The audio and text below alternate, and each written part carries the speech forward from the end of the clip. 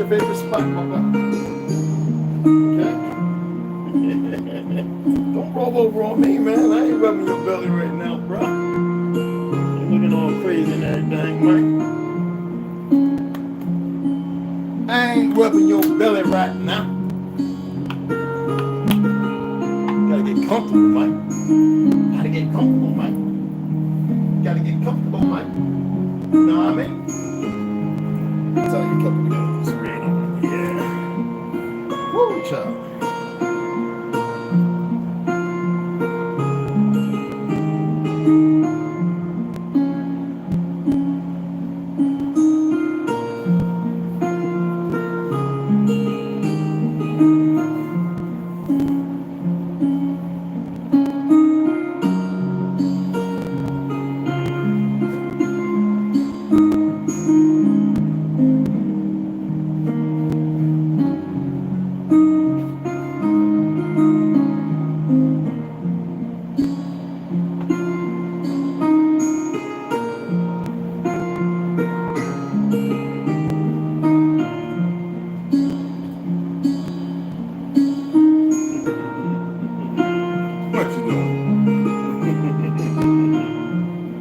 What you doing, Papa?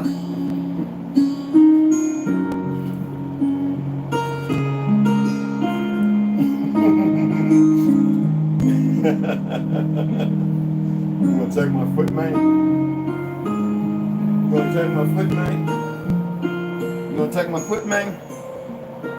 Where's my arm? Hold on, where's my arm? Come on, man. You know where all this stuff's at, bro. There we go. There we go.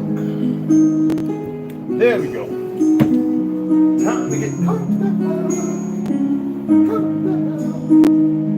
Damn shoes. We'll ride tomorrow. Got a leash for you. We'll go to the park. Take your ass out. Gotta take you out, man. Alright, man. Take you out, man.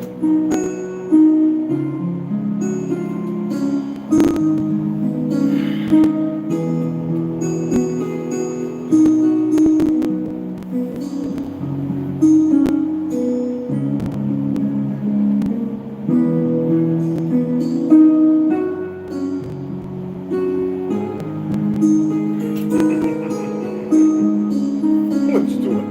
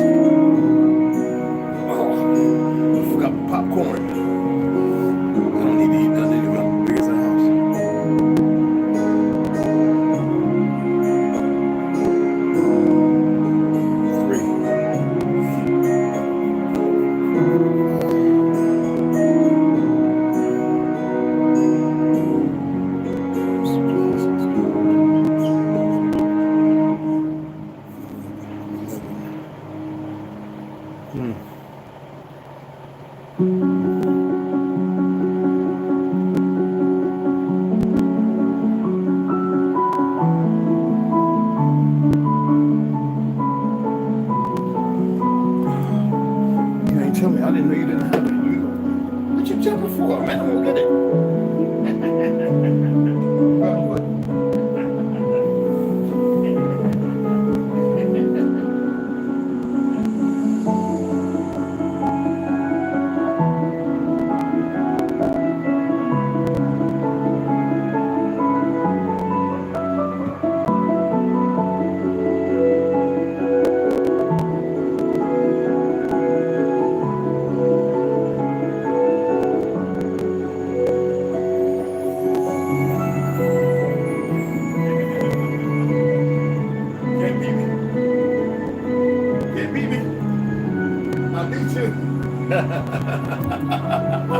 I still beat you. I beat you. You got me bad knees, man. Right on the stairs like that, boy. That's supposed to be slow-mo. Slow, smooth, fast. That was too fast. I need some of your water. There ain't no charcoal in it. I forgot to put it in the thing. Damn, that was fast. Hot damn. I skipped 3 steps. My knees gonna be killing me. Killing me.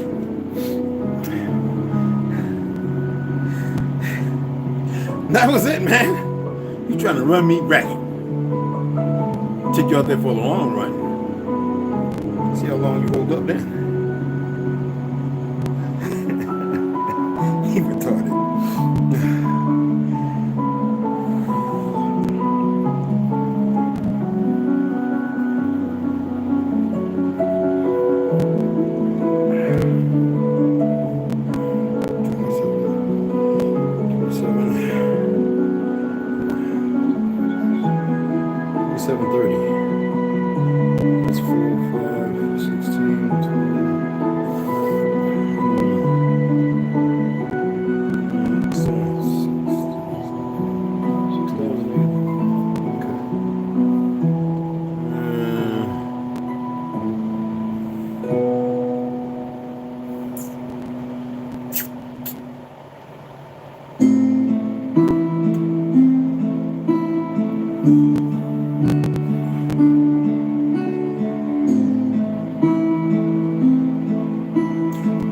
Good damn book.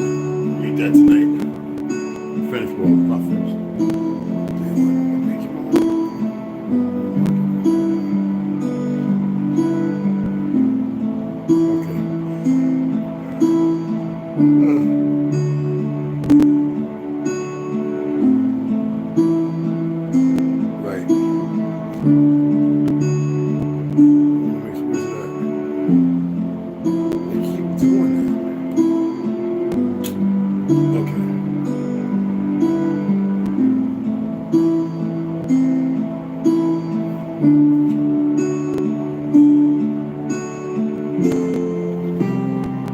I want to show you something before I get to reading. I want to show you a picture of a Sumerian diorite, statue of King Gudea, who ruled the city-state of Lagash circa 2050-2000 BC, their fake year. 2 statues of Gudea discovered by the French archaeologists. Then I'm going to make a statement. It's number the Negro.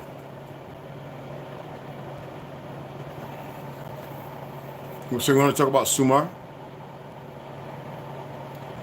Why is it that England and Scotland and Ireland all have a Stonehenge? And y'all know about the American Stonehenge that they tried to hide for so long?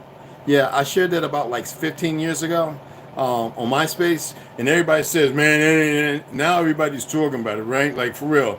Anybody got MySpace? If you still got it, it still exists. If you can find my old account, James C. Branch, that's it. Just go see it. I didn't use my Homer. People call me Homer, like Red, Homer or Red, the Jamaican brothers and Haitians that I knew in New York. Go and look at it. Put it up, put the picture up. It's from a picture from the Library of Congress. If that's the case, then why would pale skins be fighting each other and trying to enslave each other? I'm just gonna leave that. I'm just gonna leave that out there because I've been reading this. Okay.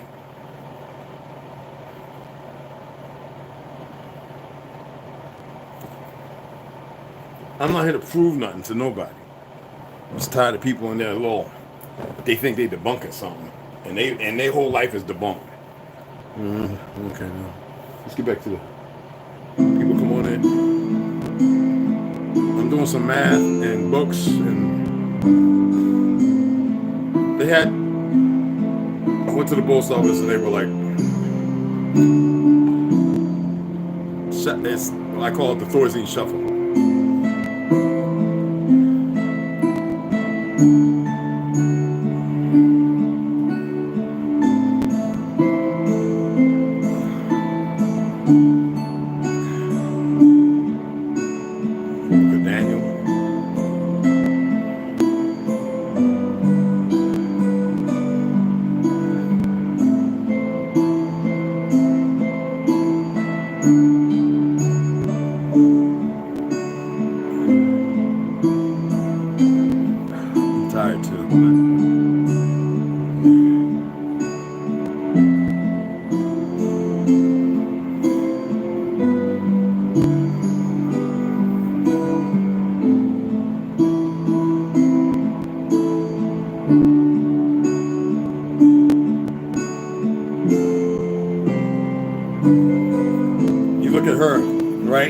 You think that she's pale skinned, but she's actually mulatto. This is one who came off the boat. These are women, these are young girls of leisure in New York, turn of the century. Ashkenaz, the Zionist playthings. It wasn't our way. No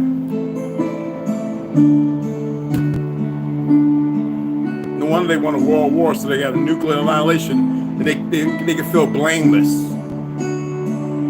Isn't that stupid?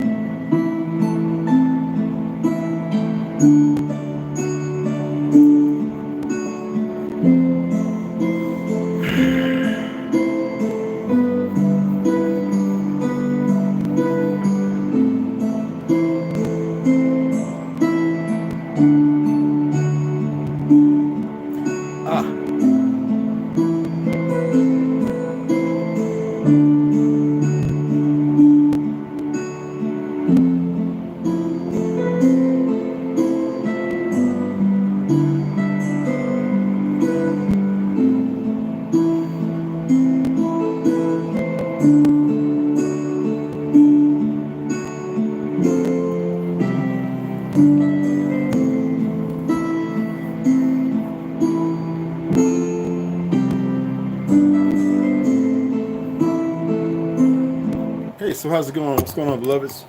Hey, appreciate all the new subscribers. If those who are over there on TikTok, appreciate you all coming in while I did that live. I just wanted to burn the midnight oil over there because I keep seeing these little fake wannabe us keep being very disrespectful, talking that because of they've been existing and maybe based upon 3, 4, maybe 5 generations. Before that, they didn't exist, and I'm just so tired. Not in how would you say it?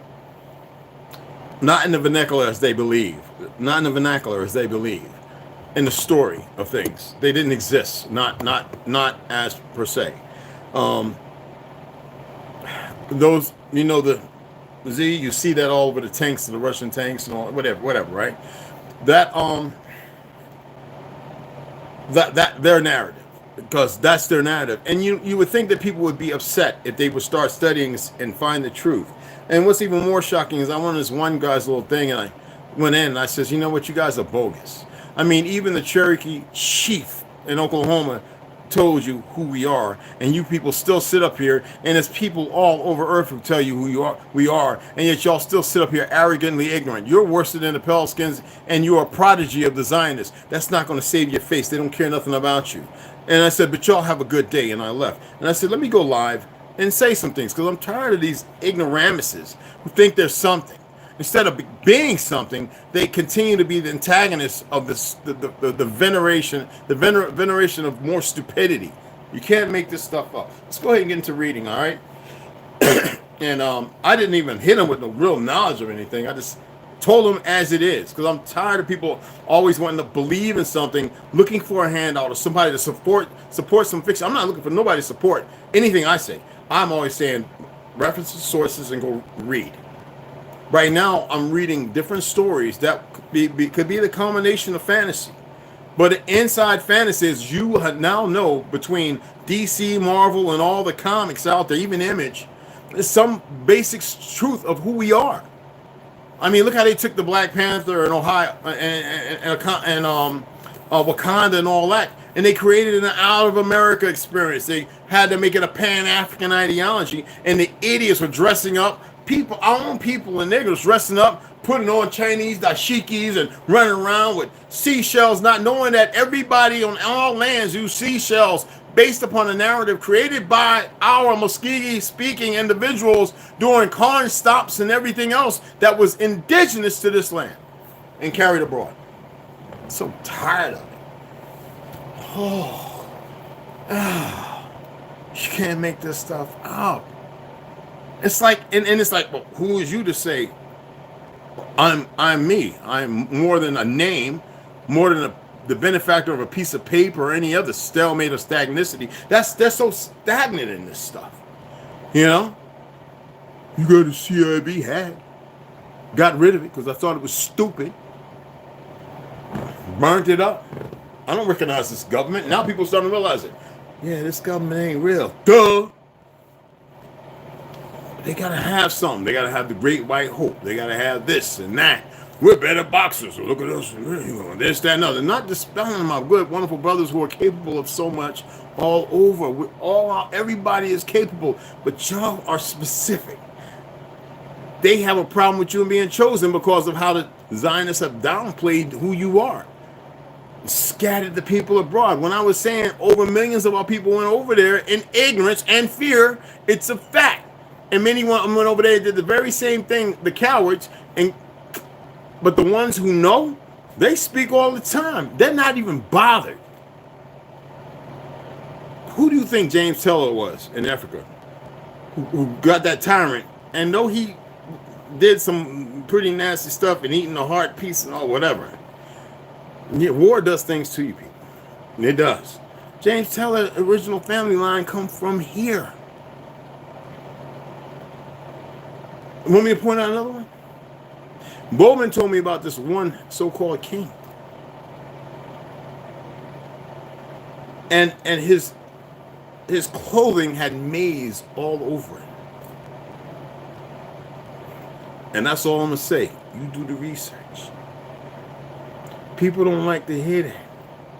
I am so tired of these people on our soil. I really am. And this ain't Palestine. But anyway, let's go ahead and get into it. Get a little behold of the pale horse. We're going to read a lot of it. I said it before and I kept reading. Not today. We got quite a bit to read. Just want to give you a little bit. So I want to finish off this part, which is about 3 paragraphs. Then we'll go ahead and hit ancient modern Brits, and then we'll hit the Jews and Muslims and so-called. And even though it says in British colonial America, there's nothing British or colonial about it, and it's not America. Anyway, last time we were looking at treasonous treaties, which gives aid and comfort to our enemies, and that's what it is. All right, they're not real treaties. These are sacrilege. These bastards, and anybody's partaking in any of their ventures need to leave with them. Go to Antarctica, lob missiles this way, whatever. Get from out of the underground places. I mean, guys, we could have been like 2 miles underground, living in comfort and everything. Come up every once in a while, get the sun, whatever. Nobody know anything. No, we gotta we gotta stay a slave to that system. We could have built without sharing or showing anything on these channels. I don't show nothing to share nothing. None at all. Let's say if I was to ascend, they wouldn't have it. Your interpretation would give complete immunity to the maker of such treaties and would constitute changing the Constitution by usurpation. All right? Usurpation or something like that. I say usurpation. To be usurped, all right? In violation of the intent, spirit, and letter of the Constitution as a whole. Y'all do remember what I stated. Why was it ratified? It means they accepted the Constitution. They didn't create it. The president obviously is not a free agent. No kidding. By virtue of Article Section 2, Clause 2, to make any sort of treaty he would like, but is bound, listen to this, bound down by the change of the entire Constitution. So who is this motherfucker Biden? Excuse my French. Who is this individual Biden? What is he doing? Who does he think he is? All right, any of them. Okay? Excuse me. Nothing else makes any sense. Okay? His treaty-making acts are subject to review by the courts. True, we should demand rescinding of the action by both Senate and Harry S. Truman in signing the UN Participation Act of 1945 in behalf of the USA, United States of America. This would put the world on notice that we were once more honoring our own Constitution, all right, Charter of Freedom, as the supreme law of the land. And you should. And that's why you have dumb cops. They don't even know the Constitution, nor the Bill of Rights. Yet they swore an oath so they can put on a costume and run around acting like an idiot, claiming victim, gun. Stop resisting, because they're morally unsound and unfound, constitutionally deprived. Not meaning they don't partake in the Constitution, the idiots. Anyway, and resenting it to its former proper supreme position, as well as reclaiming our sovereignty as an independent republic in accordance with our Declaration of Independence. When people say, "Are you American?" Man, I'm a Republican of the Republic. Want me to keep going? There is not, nor ever will be, any true peace, freedom, safety, or security for the American people under the alien United Nations Charter. There is no substitute for American independence. Many men have died and worms have eaten them for a far lesser cause. And so, Mr. Newbie, you and I do have one primary objective in view. Get the U.S. out of the UN and the subversive UN out of the USA. This is the author's note. I guess that about covers the United Nations Charter versus United States sovereignty hopes. No one should ever be able to bullshit you, and this issue, again, your job now is to make sure your congressmen and senators are educated on this issue. So, if need be, go and look up this particular part, all right? This is by Marilyn R. Allen. Go to the very last part and make a photocopy of that. Okay? And take it to memory. All right?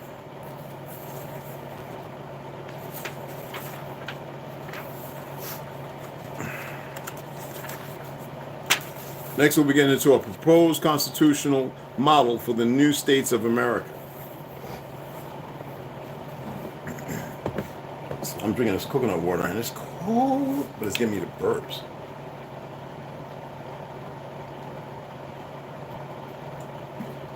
Oh, that is so freaking good. Ancient and Modern Britons, Volume 1, David Mack Ritchie. I didn't have to show you the book before because y'all know that one.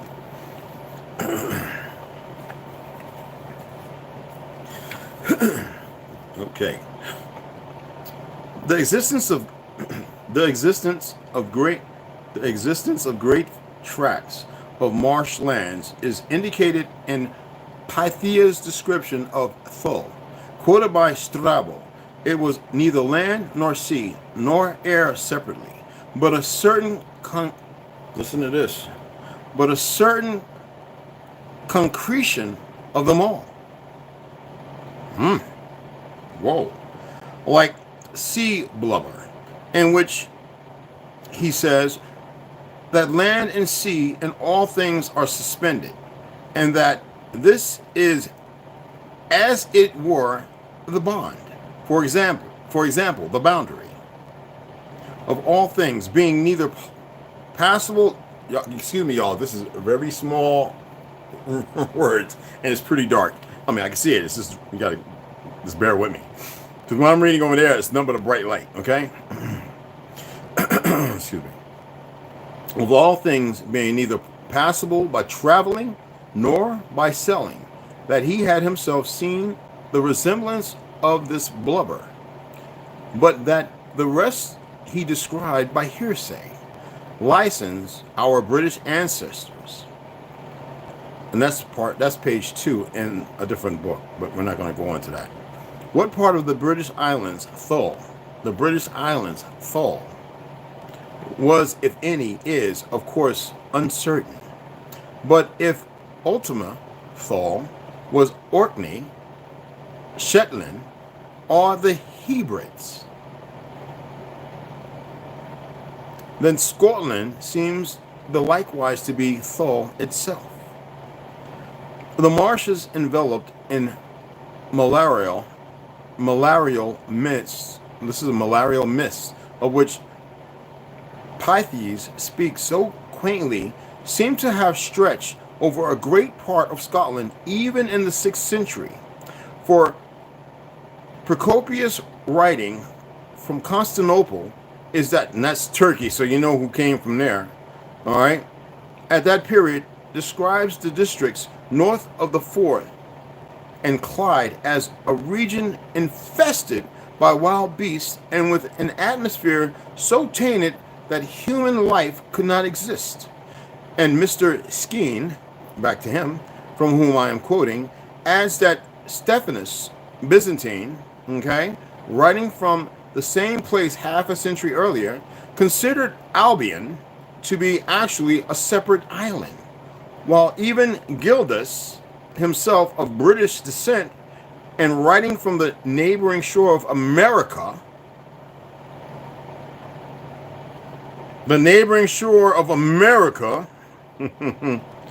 and taking his descriptions of the size of Britain from the cosmogony of Ithacus, written 2 centuries earlier. Well, from the 6th century?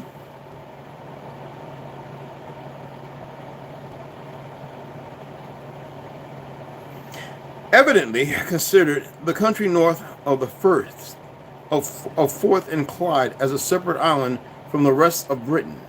An island it could not have been, but the statements here cited seem clearly to argue that this portion of Scotland was narrowed into a mere isthmus about the time of the Roman occupation, and the wide expanse of now solid land that lies to the south and east of Aberfoyle was then a Finn district, a Finn as in Finnish district, which here and there islands of firm ground, on which were, that means no moats and all that other bog and all that, were situated the villages of the Maete. Remember what the Maete is? It's funny that they use it down in South America a lot. Miate. Okay? I'm just saying, it's right there. Anyway, built upon pile-supported platforms as in the Malayan archipelago at the present day, or more solidly of stone, as in the Orthodox British Cronog. Now the Saxons named them Pets and Pictas, and the Irish and ancient Scots expressed the same thing in equivalent terms of their language, calling them Gruchnik, from Gruch, which signifies forms of figures such as they use to paint or mark on themselves. The same writer whose essay is characterized by Mr. Skene as admirable and regarded by him as of real importance, decides that the various tribes of the Picte found the northern, remember we looked that up, parts of the island. If you remember, we looked up Maete, Cranagas, Picte, but we know it alludes to melanated or Negro people, not Hamitic. Anywho,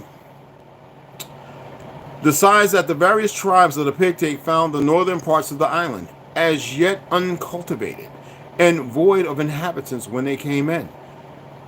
As to the place from whence they came, there is some difference of opinion. Innes concludes that it was Gaul, and that the Picte and the Britons were of the same original stock. Remember what the original Britons were. He also cites the conjectures of Tacitus and of Bede, the first bringing them from Germany. Well, you've seen them signs in Germany. And they want Moors. God, I can't stand it. And the second from Scythia. But as he pertinently observes, the same place is understood by both, for Tacitus called all northern Europe Germania, Magna, while Bede included among Scythians the ancient inhabitants of Norway, Sweden and Denmark, the Dasi, Gete, and other nations. And he further states that the first Roman writers who spake of these northern nations mentioned their custom of painting and tattooing their bodies with particular emblems. Among these tribes are the Eri, the Agathresi, the Galoni, and the Gete, described by Tacitus and also by Solinus in the same terms as the Gruthnik or Picte of Ireland and Scotland. This is crazy. With these facts in view, one would naturally argue that these latter tribes arrived in this country from North Europe rather than from Gaul. But perhaps the real explanation of such apparent incongruities is to be found in the probable fact that this tattooed Ugrian race occupied at the date under discussion a great part of its old territories in Gaul and Hispania.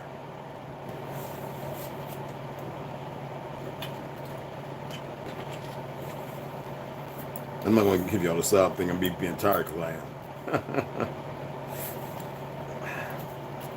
Whatever it was yesterday, I was fighting it, fought it pretty good. It's a little remnant of it, but I'm a lot better than what I was. It used to be a time, a long time ago, that something like that would have lasted me probably a week or two. I'm serious. So, something's working. So anyway, let's get into Jews and Muslims in British Colonial America by Elizabeth Caldwell Hirschman and Donald N. Yates. Okay?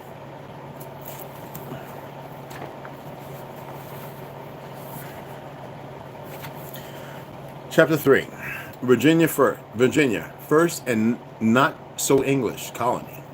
A volume of documents edited by Stephen B. Quinn on the Roanoke settlements begins by discussing Richard Hakluyt the Younger. And now by this time they knew what Mongols were. They were never mentioned. So all you Mongolians, China, I met a couple of natives today that looked 100% Chinese. Well, we already know why. Because you got to remember up in Canada, all the way between New York, from California There were those who didn't work no railroads, help dig out anything, no sheep people. And these people were set up on reservations. And that's written. Anyway, Richard Hakluyt, the younger, and his older kinsman, Richard Hakluyt. The two men helped provide the cartography, justification, and promotion for English colonization in America. Of interest is that the elder Hakluyt corresponded with, I'm not pronouncing the word right, but it's Hakluyt. I forget how they pronounce that, but it's like one word, Hakluyt, or something like that, I forget. Corresponded with contacts living in Spanish-held Mexico, and Portuguese-held Goa in India during the 1560s. Ooh, so now you know what I was talking about when I say Hindustan is what it should say when it says 1560s, because when did Hindustan become India? 1950 what? 1954? It was I never saw it in literature up until 1954 after. Portuguese held Goa in India during the 1560s, excuse me. We maintain that given British staunch anti-Catholic positions at the time, his contacts could be of no other persuasion than crypto-Jewish. Of interest as well is that he learned Italian from his friend John Florio, a Sephardic surname, just throw that in there. In order to read navigational documents in that language, he then worked with Stephen Parmenius to compile a multilingual set of documents on Eastern North America. Parmenius was the son of converts to Christianity from Turkish-held Hungary. Whether of Jewish or Muslim faith is not mentioned, although knowledge of Hebrew argues for the latter. Enselled with Sir Humphrey Gilbert, dying like Gilbert at sea in 1582. Not content with this, Hakluyt also gathered information from botanist Pierre Pina, Sephardic surname again, okay, as well as merchants and navigators in Paris and Rouen, two crypto-Jewish hotbeds. He then produced the document that was to make the winning cause of English colonization in the New World, and the stock he proposed as settlers of this new frontier were Englishmen and women who might be regarded as surplus to the needs of their own land. So where the hell was y'all in 1491 and 1491, 1492, and 1493? I have all the books. Pure bullshit. Like I said, fake Christopher Columbus, Mr. Hernandez, yeah, he knew us very well because before he even came here, we were always going over there. He met us on maybe 12 to 17 occasions. And there was no Mongolian. That's the stuff I like to beat these people in the head with because they don't know how to research or know anything. And damn sure wasn't no goddamn pale skin. Excuse my language. These surplus persons we will show are those recently driven to England by religious persecution in Iberia and France. Conversos and Moriscos who were adamantly anti-Catholic and desperate enough to climb aboard a cramped, unsafe boat to settle in a faraway terra incognita inhabited by ravening beasts. Ravening, that's sexual, but anyway, ravening beasts and treacherous natives. In this respect, they followed the example of their co-religionists who remained in Iberia and who under cover of Christian conversion, these liars, man, eagerly boarded vessels bound for the new Spanish colonies in the Americas. A crypto-Jewish refuge in northern New Mexico lasted from 1579 to 1591. Perhaps these early forerunners of the Eastern European Jews who embraced America as the Golden Land at a much later date learned through surreptitious correspondence, even they know this land and what it is. Correspondence that life was endurable there, despite the forbidding environment. They must have calculated that better fortunes lay in making the journey than in remaining in some Protestant-held way station such as England, France, or Holland, especially when the Counter-Reformation dragnet seemed to be tightening in control in Europe. Part of the resurgence of Catholicism was the confinement of Jews in ghettos. Jews were ghettoized in Rome by Pope Julius IV in 1555, because we know that Pope was not a pale skin, and it wasn't the Vatican. Y'all need to know this. And in Florence in 1571, setting off a new wave of expulsions in Italy, now the Holy Roman Empire, and France. The age of the ghetto would last until 1796, would it? Weren't they here in New York and Harlem and all them places in Newark, New Jersey, and who did them fake Jews, once they started acquiring our buildings after all the lynchings and murder, take over well, we never had ownership of the land, and then put us in the ghettos, and then build intrusive, just squared, no beauty, no nothing. What do you expect will happen to our people? Well, you see it today. Anyway, so again, 1796, and we know that to be kind of much the truth. I didn't hear nothing about 1491, 1492, and 1493. I didn't hear nothing.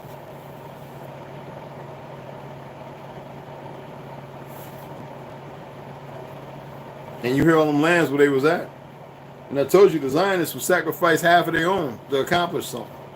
And you see that over and over and over. How about the video? Wasn't even no 6 million Jews in Germany. But yet, most of them pale-skinned Germans, they were of the Ashkenaz, Rebbe, or whatever, one of the families of them. That's why there were 3 cousins fighting, and who initiated the fight? Based on the murder of some fake-ass son? Nephew, son, something like that. Some BS. And Germany had won that one and World War II until they had to get America in it. And then Japan, their prime minister is half Ashkenaz. You got to remember, it was 2 people that conquered the Anu Islands and created the Japanese people in the so-called 1600s, the 6th century. They were doing all that before they came here. And then they come here, and you see they're trying to do the same shit. You would hope that these people are smarter, because what happened with the Tet offense will be 1,000,000 times worse. It don't matter which one of us they come running down on and all that. Half of them monkeys that survive all that, those vehicles will be out of gas, nothing to work, and they'll be running around trying to grade and fit in. But y'all be able to see them and deal with them. Trust me. I've seen the dreams. Even Snoo has some dreams. And she even heard me when I was doing the live on TikTok. Remember I was talking about something, and I mentioned about even my people know me, right? And in my head I was like, Snoo, where you at? Because I know she's on, And she was asleep and woke up because she heard me call her name. You think I'm playing? Okay. Alrighty. So we got that. No, that's all we're going to read there, because it starts getting into a lot of good stuff as far as modernization, a lot of stuff. When Israel started, it gets really good. I'm so grateful that, with also me having a PDF, I skip a lot of things when I read the PDF. And I'm really appreciative that Kermio sent me that. Number love for our brother. So let's get into exposing the expositions of 1851 and 1915. But first, we're going to read Hidden Lands Beyond Antarctica, the continuation of Morris' journey between interconnected planets, Lost Confounding. This is by Claudio Naselli. You can check out his YouTube channel if you speak Spanish. It's a wonderful channel. I actually am brushing up on a lot of my Spanish, watching it in Spanish right here. Usually I go downstairs for that because of the surround sound, and it penetrates. You know what I'm saying? That's our brother right there. Okay. Chapter 21. This is one I know you're waiting on this one. So, chapter 29. The Sheikh. Now y'all starting to see that in a lot of different writings, right? And they don't have no relationship to this book. The Sheikh and the human giants seek the doors of Asgard. Isn't it funny? In Thor, who protected that? What was that brother's name that played in Pacific Rim and the harder they fall. And I mean, come on, man. I'm just saying. Come on. And then they had to have a green man who became the most powerful god in Asgard. Hulk only went there because, you know, got his butt whipped by Thanos. No, that was before Thanos. Anyway, you get where I'm coming from. In our excitement of interesting and deep conversations about everything that was happening there, we forgot for a moment that we were somehow escaping from the lands of the leader Agirs. While it was true that they seemed unaware of our unplanned visit, the fact was that their technology had caused our ship to fall to Earth like two magnets. A signal had been sent to the Antarctic Peninsula, and 2 agents had arrived in a boat to their shores. It was highly unlikely that any of them had noticed our visit, but by then, I think, we preferred to imagine that nothing could go wrong. Josh had given us the information of where the infiltrated ancestors were located in several nearby points, most of them in military bases there. In this way, we wrote down every corner to be able to visit them. We needed one of them to somehow provide us with a ship to return us to our lands. It was clear by then that the main mission we were about to carry out was not going to be possible due to the distance we were in. And with all the traces we could have left, it would be more than risky to carry it out with a secondary ship. We would not only put at risk our lives, but also the lives of every ancestral individual that would help us along the way, and also all the inhabitants of the land behind the ice walls, the ancestral lands. Clearly, one of my desires now was to know what was happening with Shiki and her plan towards Asgard. I regretted not being able to get there to see it. And would the structures of the first humans still be there?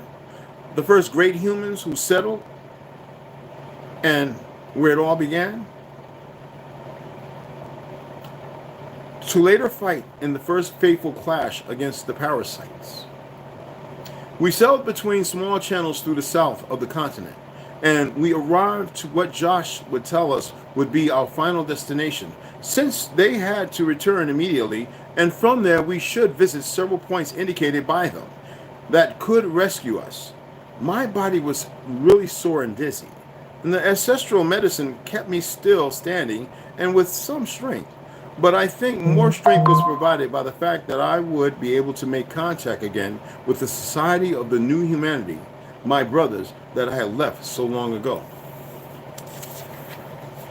Chapter 30, The Custodian's Trap in the South. This is good. I actually read just a little bit of it. And I was like, let me stop because I want to read it with y'all. Okay? Okay. Let's go ahead into the Exposing the Expositions of 1851 and 1950. This is the revised edition in 2021 from his 2019 one, when the fake demic hit, which why he wrote it, by Howdy Mikowski. Okay? And yes, y'all know that is, what is that called in Chicago? What was that considered? Of honor? The court of honor? Okay. Now I'm so glad that you remember that. I see there are 3 likely scenarios. The first could be that the exposition, well, you got to remember when we were talking about the craftsmen, the time, the people he consulted said there's no way in the world that could have made any of that stuff on that size in 2 years. They even alluded to even not in 15 years. And most people are starting to realize that. Today, our beloved sister, where she lives at, in Texas, she went and saw them working on a building, and these idiots, where you were able to see that the building is much taller and bigger than what's on top. See, when y'all think mud flood, y'all don't get it. We're talking about well over 40 feet, some places over 100 to 200 feet of homes and houses and cities. There are underground channels and railroads and stores and towns all through America. And you don't know how to get in them. And many of them are very active. I see there are 3 likely scenarios. The first could be that the exposition constructions really took 30 or 40 years to build. And for some reason, and was, oh, excuse me, that was nasty. And straight up, oh. And for some reason, it was lied about to be lied about to be a few years. Now, the history books are clear. The Chicago Fair only got the go-ahead in 1890. What did I say about 1875 and the handoff? The plan that was merged around 1837. Then, unbeknownst, Abraham Lincoln, our king, Khan, whatever you want to call him, refused to parley with these idiots, these bastions, the first usurpers, these Zionists, before they became Zionists. Well, you know, whatever they want to call themselves, Masons, Russia Christians, it don't matter. And they killed them. And then they hijacked everything. And this one so-called great family, the weakest son of bitches, while we were warring and hiding and building, doing and showing and educating, unbeknownst, they were taking over. Hostile takeover, Cabbage Patch children raised fastly, and all the orphans who were of fighting age, and then all the people coming on the boats.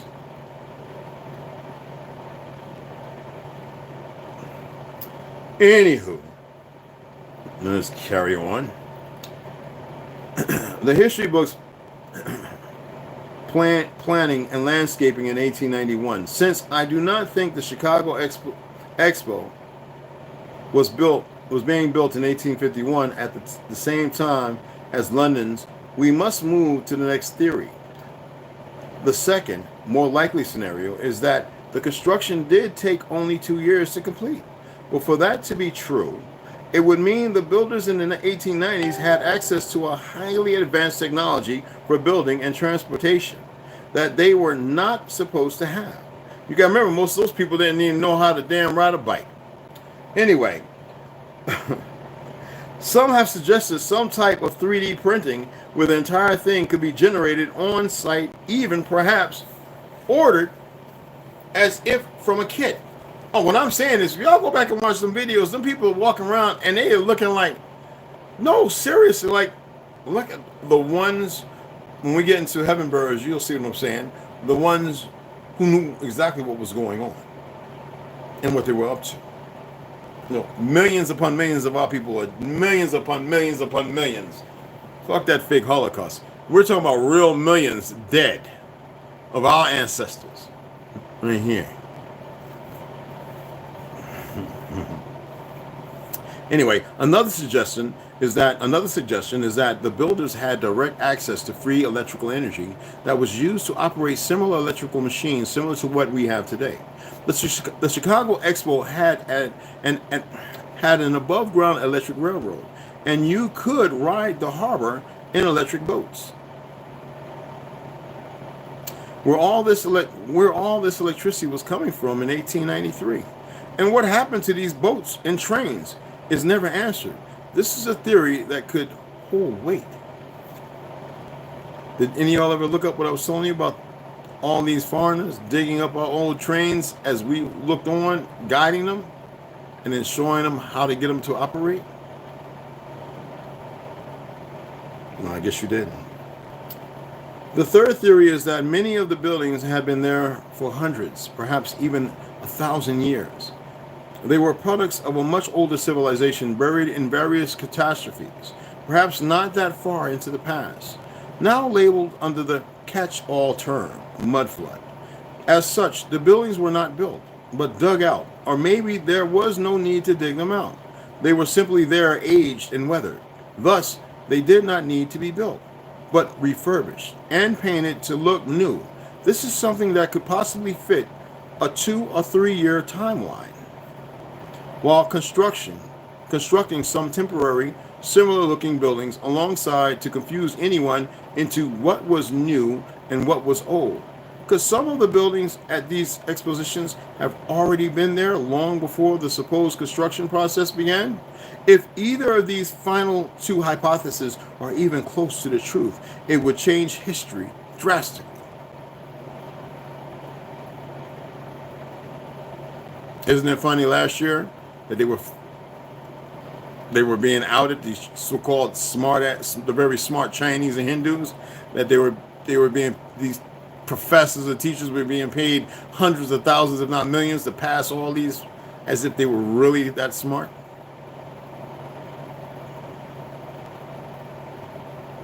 And yet, I've counted 10 of our good young brothers and sisters who have the highest IQs on earth.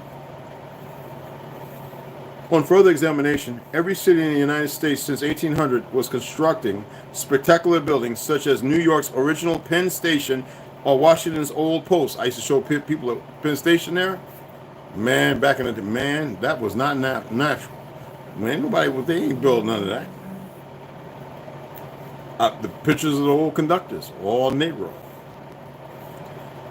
Anyway, New York's original Penn Station or Washington's old post office. Most were also torn down, within 50 years. Now, while looking weathered like they were 200 to 300 year old buildings, are burned in strange fires like all the crystal palaces around the world. A few of these amazing buildings still stand today as universities, cathedrals, libraries, art galleries, hotels, or simply as homes for the rich. The same is true for South America and Australia, where convicts were to jump off a boat and then within 20 years have cathedrals to rival France. Maybe the first Europeans to the Americas and Australia did not build the great cities of these continents. They found them already there.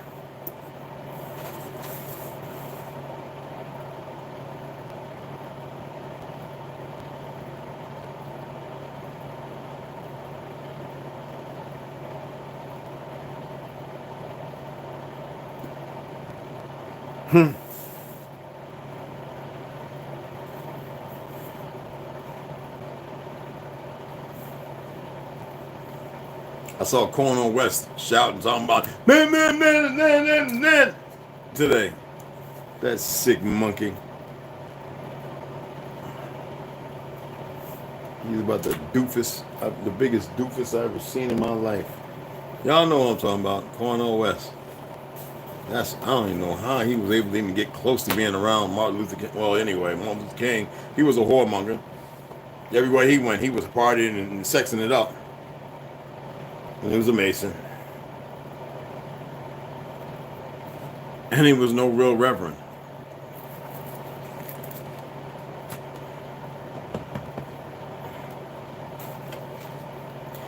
Anyway, Heaven Bearers, The Great Reset of 1834 and The Mud Flood by Janine Helen.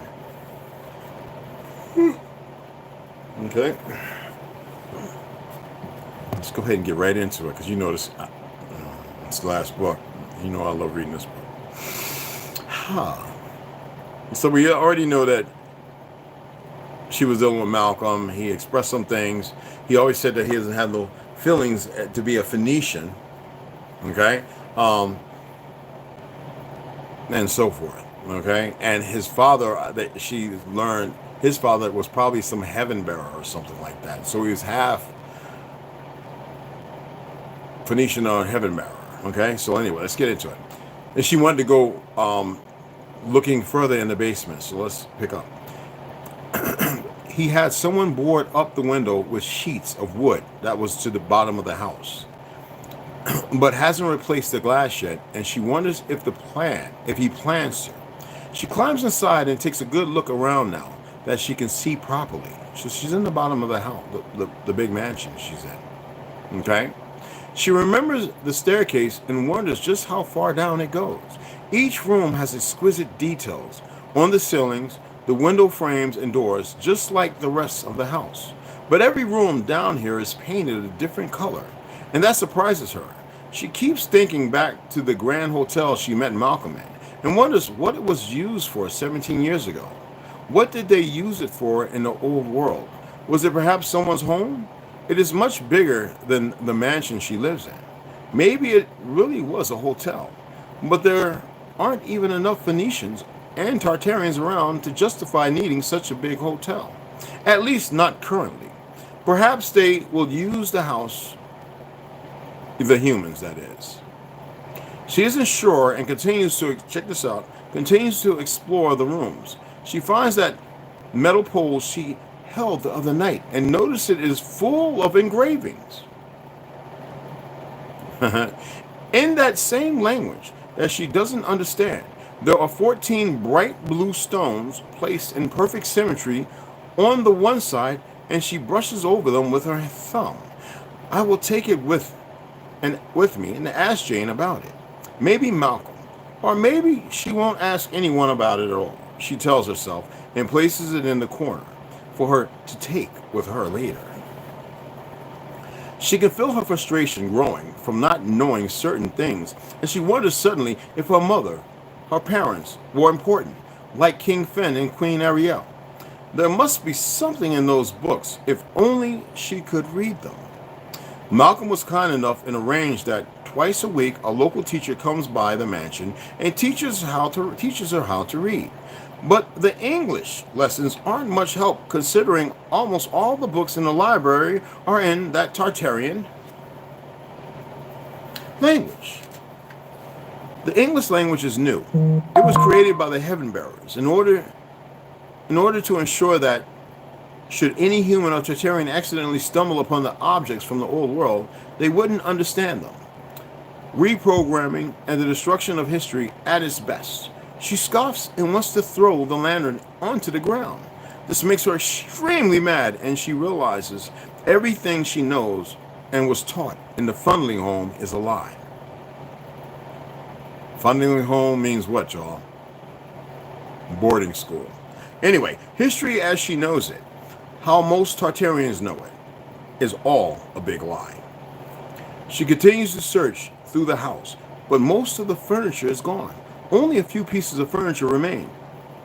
It is evident that the Tartarians of the old world were bigger than she is, and she doesn't understand why they were bigger.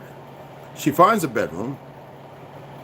It looks like a child's room, and she can't help but look under the old broken bed to see if something was stashed there. She gets the impression that the family left in a hurry and took their most important possessions with them. She finds nothing of importance anywhere. It was only that note that she gave to Henry, the family portrait, and the metal pole. The bottom half of the mansion is empty. She is quite disappointed. She really thought she would find something down there. Now this is all up underground, y'all. She takes the family, this is not a basement either. She takes the family portrait off of the wall and takes it to put it in the library where it belongs. Something so beautiful and important should be preserved, she says to herself as she walks back to where she entered the home.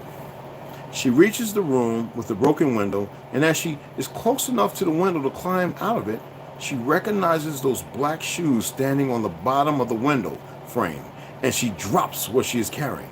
This time, she isn't quick enough, and he grabs hold of her and throws her against the wall.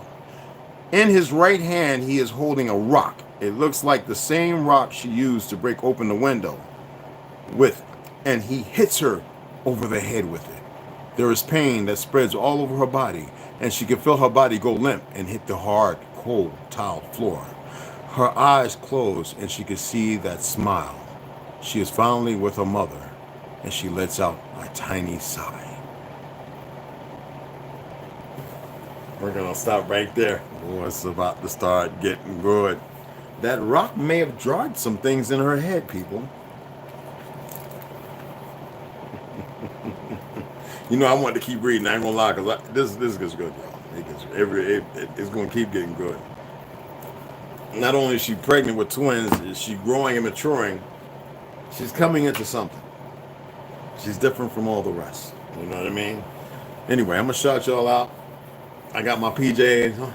You got my holy shirt on. You know what I'm saying? And climb up here, read a little bit of that book, sit up in the back there, and chill out, chillax. Oh, I think somebody made a donation. Did I say thank you? Did I say it? If I said it on TikTok, I was retarded.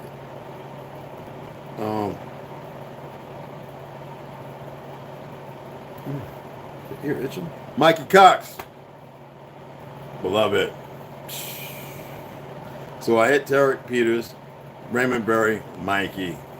Appreciate you, beloved. That boy dropped the, like, for real. Like, I was like, oh, man, everybody's supposed to help. Appreciate you. He wants to get them damn books. I know that's right.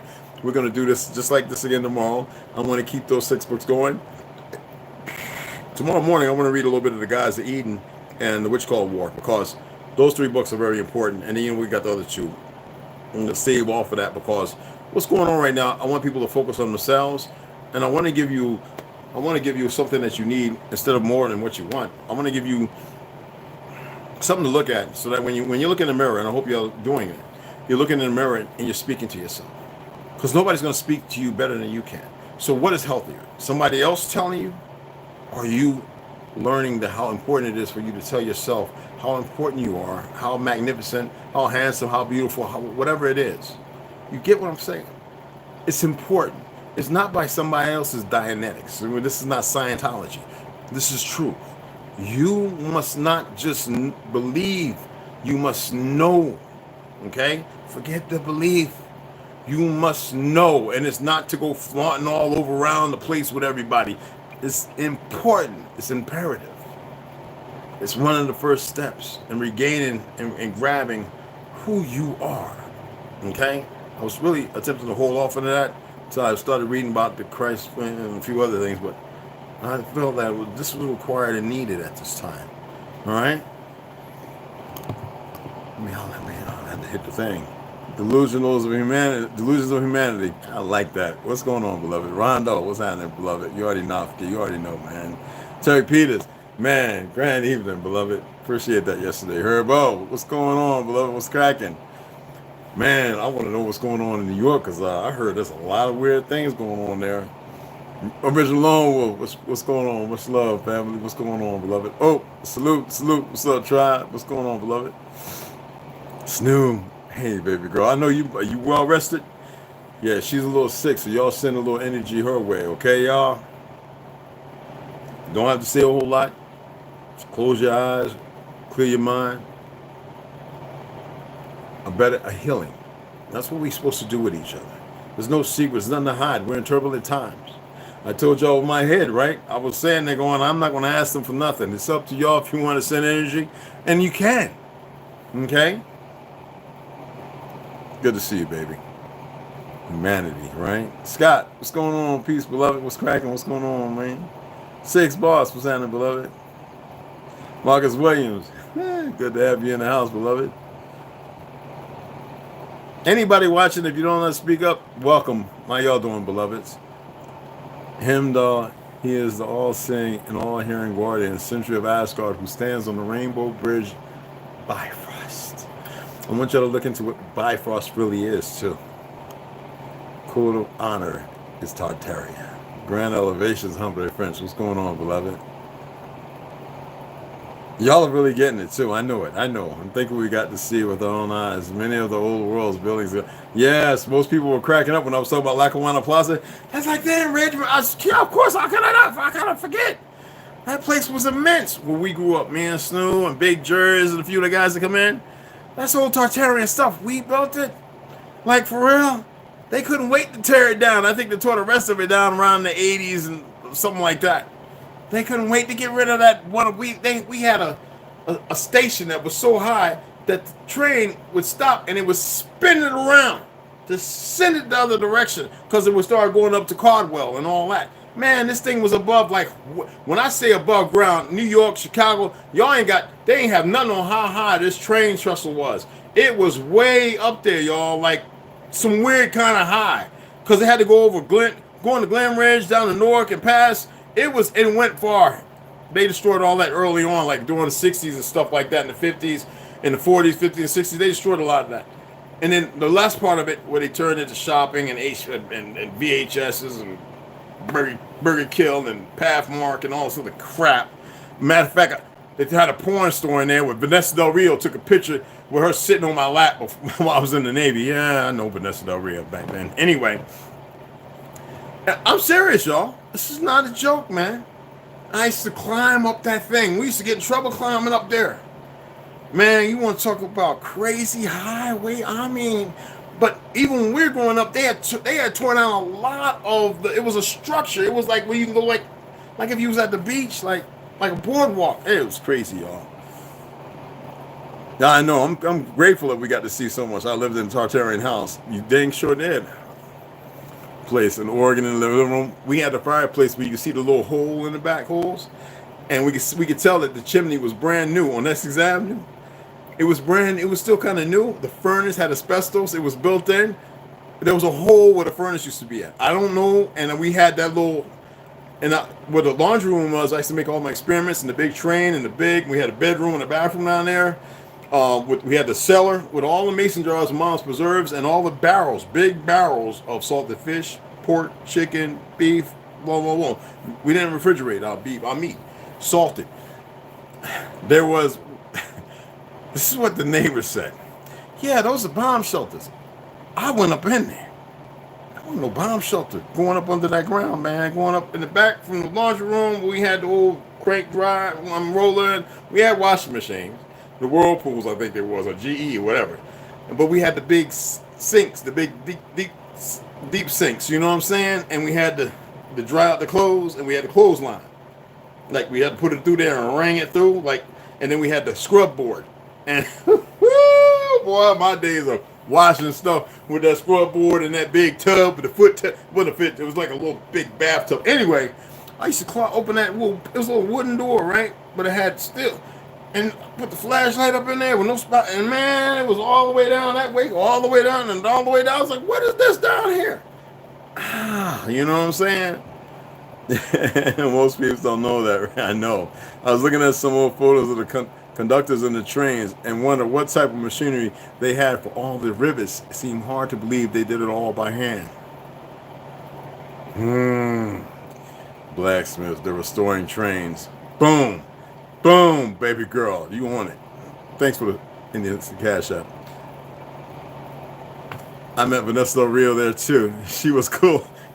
She was like, because I was, I just came back home, did my little first cruise. I was back home in Montclair chilling, going to see, hey, mom. She was up on, she was on tissue by that time. She was down over there on, no, she was still in East Orange. And I used to go visit all the old houses. And Mama Tina. And I said, well, I want to go see what they got to do because I wanted to go see, the old trestle. Anyway, I went in there. I was like walking around like, what is this shit stain? Excuse my language. And I said, oh, I'll go pick up some VHSs. And who's standing there? This Puerto Rican named Vanessa Del Rio. She got this big old chair. She's like, oh, service guy, because I had my little cap turned and my little dress blues and stuff. I was like, yeah. She said, ooh. She had a thing. I don't know. I think she did a porn with a Navy, seller. Anyway, had me sitting in that seat. She put that big old butt on me. I was like, oh, the people that been up in that thing. I was just hoping it wasn't stinking. I'm sitting there like this. Took the picture. I don't know who has it. I don't know who got the picture. I didn't keep the picture. Yeah, so man, she has some man. I don't know what these people get out of all that porn stuff. But anyway, it was like I said, we grew up a little different from most people, you know what I mean? But I appreciate y'all. I know it's a little over an hour, that's cool. You know what I'm saying? Yeah, man. Them days, man. Well, I'm not gonna get into all the porn stars I met. I can't do that. New York, I can't do it. Days of drug dealing before going in the military, the weed and things, man. Listen here, man. Listen. If you think I'm uncomfortable how I'm moving, no, man. I got some stories to tell for the brothers. Anywho, wrap it up. Appreciate y'all coming in. Namaste. Nothing but love. And I'll catch y'all tomorrow. Thanks. What's that, honey? She told me, stay smart, but keep it sexy. She loved to see people like doing things positive. She really did. Anyway, I'll see y'all in the AM, all right? Take care of yourselves, all right?